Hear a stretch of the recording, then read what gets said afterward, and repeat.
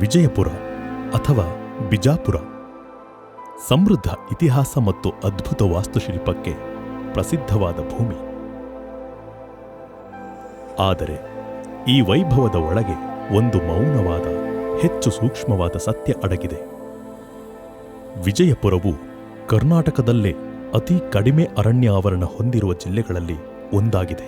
ಕೇವಲ 0.17% ದಶಕಗಳ ಕಾಲ ನಡೆದ ಅರಣ್ಯ ನಾಶ, ತೀವ್ರವಾದ ಬಿಸಿಲು, ಅನಿಯಮಿತ ಮಳೆ, ಕಾಡುವ ಬರ ಇವೆಲ್ಲವೂ ಇಲ್ಲಿ ಬದುಕನ್ನು ಅತ್ಯಂತ ಕಠಿಣವಾಗಿಸಿದೆ. ಇದಕ್ಕೆ ಪರಿಹಾರ ಭಾಷಣಗಳಿಂದ ಬರಲಿಲ್ಲ, ಅದು ಕ್ರಿಯೆಯಿಂದ ಬಂದಿತು.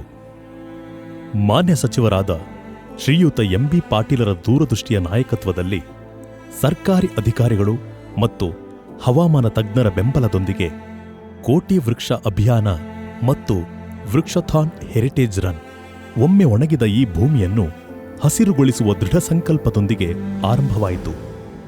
ವಿಜಯಪುರ ಜಿಲ್ಲೆಯಲ್ಲಿ ಕಳೆದ 9 ವರ್ಷಗಳಲ್ಲಿ ನಾವು ಸುಮಾರು 1.5 ಕೋಟಿ ಸಸಿಗಳನ್ನ ನಟ್ಟು ಇವತ್ತು ದಿವಸ ಹೆಮ್ಮರವಾಗಿ ಇವತ್ತು ದಿವಸ ಬೆಳೀತಾ ಇದ್ದಾವೆ.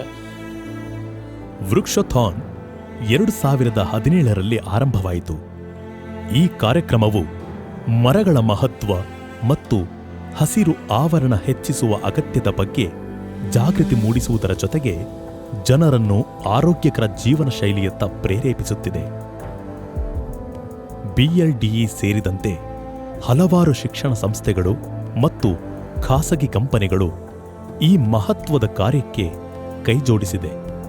ಆರಂಭದಲ್ಲಿ ಕೇವಲ 5,000 ಜನ ಭಾಗವಹಿಸಿದ್ದ ಈ ಓಟವು ಇಂದು ವಿಶ್ವದ ಎಲ್ಲೆಡೆಯಿಂದ 25,000ಕ್ಕೂ ಹೆಚ್ಚು ಓಟಗಾರರನ್ನು ಸೆಳೆಯುವ ಮಹತ್ವದ ಚಳುವಳಿಯಾಗಿದೆ.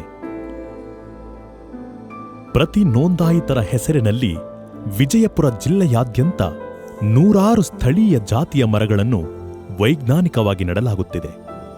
ಕಳೆದ 1 ದಶಕದಲ್ಲಿ ವಿಜಯಪುರದಲ್ಲಿ 1.5 ಕೋಟಿಗೂ ಹೆಚ್ಚು ಮರಗಳನ್ನು ನೆಟ್ಟು ಸಂರಕ್ಷಿಸಲಾಗಿದೆ. ಒಮ್ಮೆ ಒಣಗಿದ್ದ ಈ ಭೂಮಿಯನ್ನು ಹಸಿರು ತುಂಬಿದ ಜೀವಂತ ಪರಿಸರವಾಗಿ ಪರಿವರ್ತಿಸಲಾಗಿದೆ ಮತ್ತು ಈಗಾಗಲೇ ಇದರ ಪರಿಣಾಮಗಳು ನೋಡಲು ಸಿಗುತ್ತಿವೆ.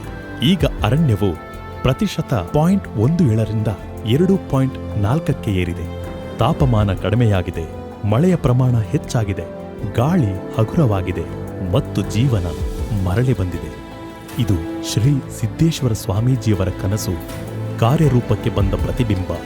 ಸಿದ್ದೇಶ್ವರ ಮಹಾಸ್ವಾಮೀಜಿಯವರ ಮಹದಾಸೆ ಈ ಭೂಮಿಗೆ ಒಂದು ಬೊಗಸೆ ನೀರು ಕೊಟ್ಟರೆ ಇದು ಅಮೆರಿಕದ ಕ್ಯಾಲಿಫೋರ್ನಿಯಾ ನೀರಿಸ್ತದಂತೆ ಅನ್ನೋ ಒಂದು ಕನಸಿತ್ತು. ವಿಜಯಪುರ ತನ್ನ ಇತಿಹಾಸವನ್ನು ಗರ್ವದಿಂದ ಸಂಭ್ರಮಿಸಿದೆ. ವೃಕ್ಷಥಾನ್ ಮತ್ತು ಕೋಟಿ ವೃಕ್ಷ ಅಭಿಯಾನಗಳ ಮೂಲಕ ಇಂದು ತನ್ನ ಭವಿಷ್ಯದ ಸುಭದ್ರತೆಯನ್ನೂ ಕೂಡ ಆಯ್ಕೆ ಮಾಡಿಕೊಂಡಿದೆ. ಏಕೆಂದರೆ ಸ್ಮಾರಕಗಳು ನಾವು ಎಲ್ಲಿಂದ ಬಂದೆವು ಎಂಬುದನ್ನು ನೆನಪಿಸುತ್ತವೆ, ಆದರೆ ಮರಗಳು ನಾವು ಎಲ್ಲಿಗೆ ಹೋಗುತ್ತಿದ್ದೇವೆ ಎಂಬುದನ್ನು ನಿರ್ಧರಿಸುತ್ತವೆ.